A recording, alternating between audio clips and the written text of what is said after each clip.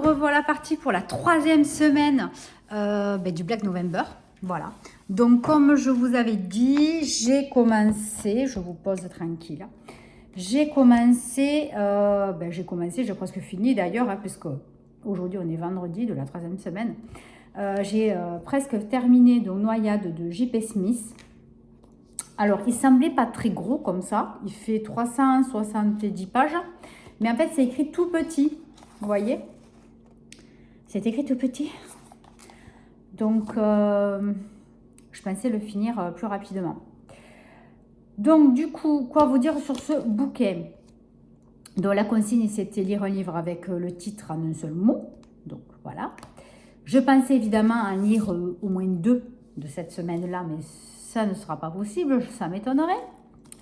Alors, quoi vous dire? Donc, on parle de Joey, qui est un enfant de 8 ans qui est dans un camp de vacances. Et il a extrêmement peur de l'eau, il est phobique de l'eau. Et tous les enfants, un jour, sont amenés par un des moniteurs pour justement apprendre à nager. Donc, lui, il est pétrifié, voilà. Et du coup, n'est pas très... c'est pas qu'il n'est pas doué, c'est qu'il il peut rien faire. Voilà, il peut rien faire.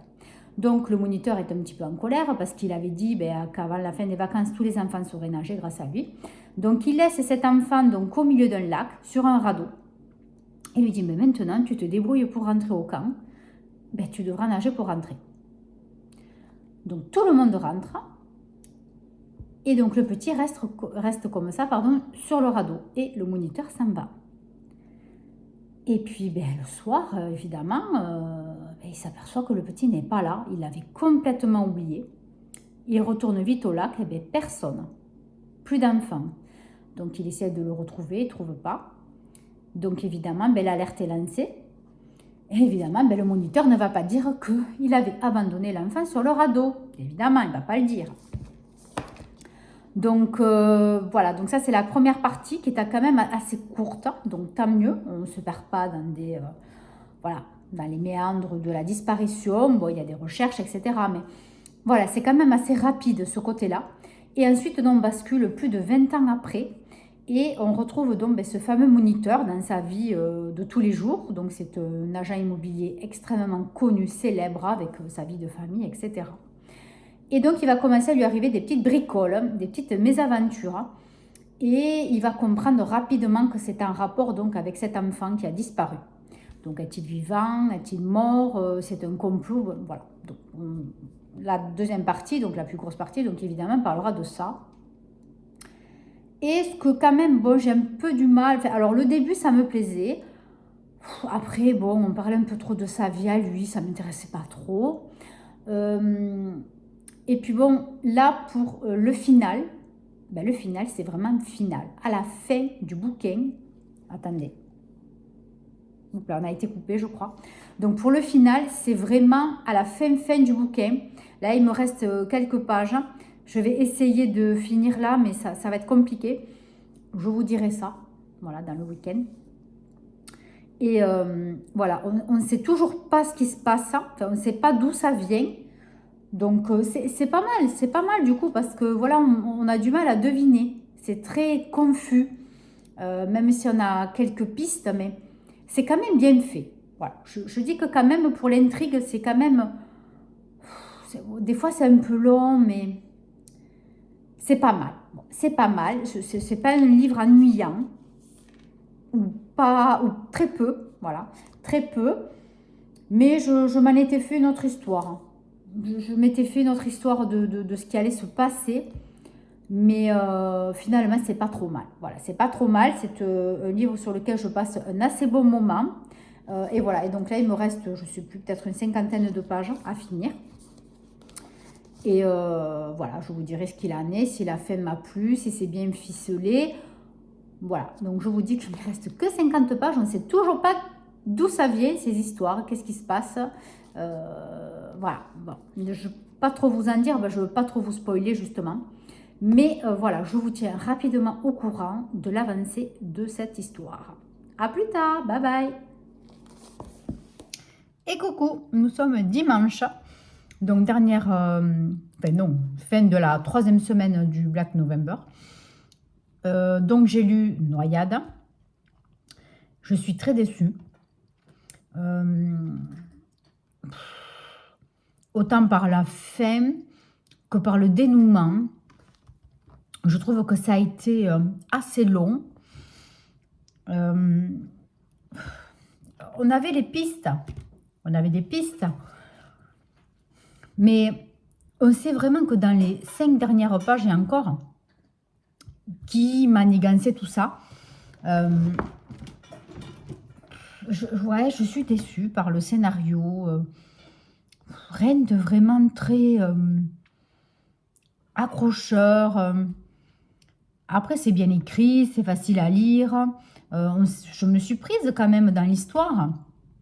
J'ai pas traîné pour le finir. Mais il manquait...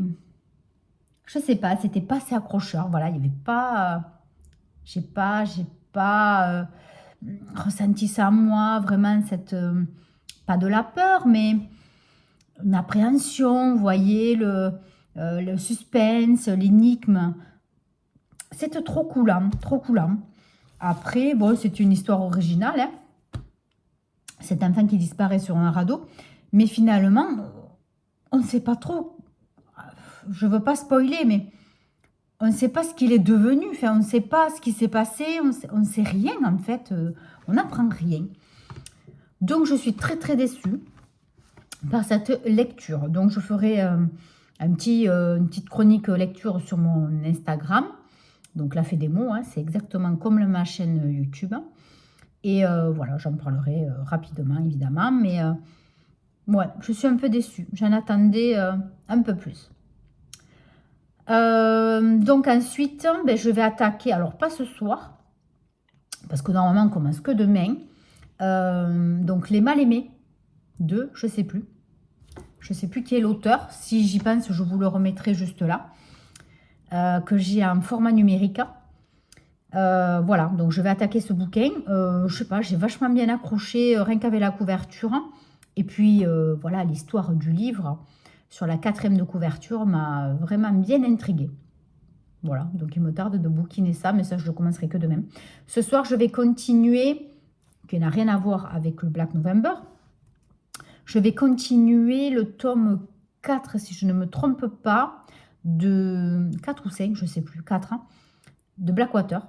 Voilà, parce que voilà, je le lis à mes moments perdus en ce moment. Je veux finir la saga d'ici la fin de l'année. Il m'en reste 2, je pense. Je crois qu'il y en a 6. Je ne sais plus, j'ai perdu le compte. Je crois que je suis au 4. La pluie, c'est lu. La guerre, c'est lu. La guerre, c'était avant celui-ci. Et là, c'est celui après la guerre. Je ne sais plus comment il s'appelle. Bon, bref. Donc voilà, ce soir, je vais continuer un petit peu sur ça. Et puis demain, je lirai Les Mal-Aimés. Sur ce, écoutez, je vous reprends dès que je peux pour vous parler de ce prochain bouquin qui... ouais, il me motive bien celui-là. Allez, bye bye, à plus tard. Et coucou. Alors, je suis dans une pièce qu'on est en train de rénover et en même temps, bon, ça me sert de bric-à-brac. Donc, comme j'avais 2 minutes, donc on est jeudi. J'ai donc bien commencé Les Mal-Aimés de Jean-Christophe Tixier. Alors, en fait, c'est un livre numérique que j'avais acheté. Et donc, ça correspond... c'était quoi déjà le thème? Je ne sais plus. Je le mettrai, j'ai complètement oublié. Je suis tellement off. Je suis en plein emballage de bougies, étiquetage. Je suis HS. Marché de Noël, donc, qui est dimanche, là. Dimanche prochain, pardon. Donc, il me reste même pas 10 jours pour clôturer tout ce que j'ai à faire. Donc, Jean-Christophe Tixier, Les Mal-Aimés. Donc, en fait, alors c'est assez vague quand même. On tourne autour du sujet dans le livre jusqu'à un certain moment. En fait, c'est dans un village assez perdu. Et il y avait un bagne où c'était des jeunes enfants jusqu'à l'âge adulte, 18 ans, qui étaient donc emprisonnés. Alors, on comprend qu'ils ont subi des sévices, des maltraitances, autant nourriture, travail excessif, maltraitance physique, bon voilà, vous avez compris le taureau. Et apparemment les habitants donc, de ce village étaient un petit peu témoins et pas victimes, mais au contraire, c'est pas eux qui infligeaient ça, mais ils étaient au courant et personne n'a jamais rien fait. Donc il y a une ambiance très très pesante par rapport à ce bagne, bon, qui n'existe plus, hein, qui n'existe plus du jour au lendemain, donc enfin, ça a été fermé. Mais il y a des enfants qui ont été tués, enfin bon, voilà, on tourne autour du pot, c'est pas évident de comprendre rapidement ce qui s'est passé. Et voilà, on va parler des paysans de ce village, certains paysans qui ont des choses à se reprocher, des gens qui ont essayé de sauver certains enfants. C'est la vie très très dure de la terre. Alors, c'est pas du tout le style de livre que j'ai l'habitude de lire, mais franchement, j'ai bien aimé. J'ai pas fini, hein, évidemment. Je pense que je le finirai samedi ou dimanche. On parle aussi de Blanche, qui est une jeune fille que son oncle a recueillie enfant. Là aussi, elle subit des trucs, enfin, c'est terrible. Et puis le travail de la terre est tellement fatigant et ils ne gagnent pas d'argent, en fait. Ils sont toujours pauvres. C'est vraiment terrible, la vie d'avant. Ça devait être comme ça, c'est sûr. Ça fait poser des questions quand même sur notre vie actuelle. C'est terrible, le décalage. Le décalage. Donc voilà, donc j'adore ce bouquin. Je ne connaissais absolument pas Jean-Christophe Tixier. Voilà, donc j'avais 5 minutes à vous accorder. Je me suis dit, allez, il faut que absolument tu en parles. Voilà, donc comme je suis dans cette pièce pour faire un peu de rangement de bazar, je me suis dit, tiens, tu vas te poser dans cette pièce puisque tu y es. Et tu vas parler de ton livre. Voilà. Donc je crois que la semaine prochaine, il me restera à lire Le sang des Belasco. Oui.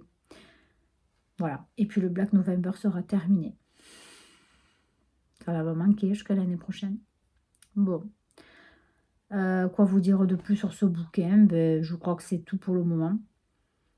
C'est tout pour le moment. Oui, des fois quand même, c'est un peu compliqué à comprendre avec les personnages. On parle de quelques personnages, mais c'est vrai que sur le coup, moi j'ai mis un moment à comprendre des fois qui était qui.